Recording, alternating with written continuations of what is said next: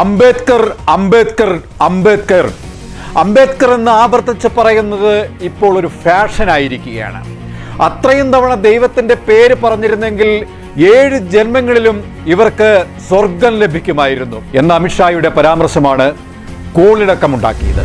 തുടർന്നങ്ങോട്ട് പ്രക്ഷുബ്ധമായ parliament അകവും പുറവും കലുഷിതമായി, കയ്യാങ്കളിയിലുമൊക്കെ പിന്നീട് എത്തുകയായിരുന്നു. ഈ അംബേദ്കർ അവഹേളന പരാമർശം ക്ഷമിക്കാവുന്നതിലും അപ്പുറമാണ്. അവർ അംബേദ്കറെ മാത്രമല്ല, ഇന്ത്യയുടെ ശില്പികളെ മുഴുവൻ തിരസ്കരിക്കുകയാണ്. അതനുവദിക്കാൻ കഴിയില്ല എന്ന് പ്രതിപക്ഷ നേതാവും AICC ജനറൽ സെക്രട്ടറിയും വയനാട് MP-യുമായ പ്രിയങ്ക ഗാന്ധിയും പറഞ്ഞു. പ്രിയങ്ക ഗാന്ധിയുടെ വിജയത്തിന് ശേഷം അവർ ഇന്ത്യയുടെ ശബ്ദമായി മാറുന്നതാണ് കണ്ടുവരുന്നത്. പാലസ്തീൻ ബാഗുമായും ബംഗ്ലാദേശ് ബാഗുമായും സഭയിലെത്തിയത് വൻ ചർച്ചയായിരുന്നു.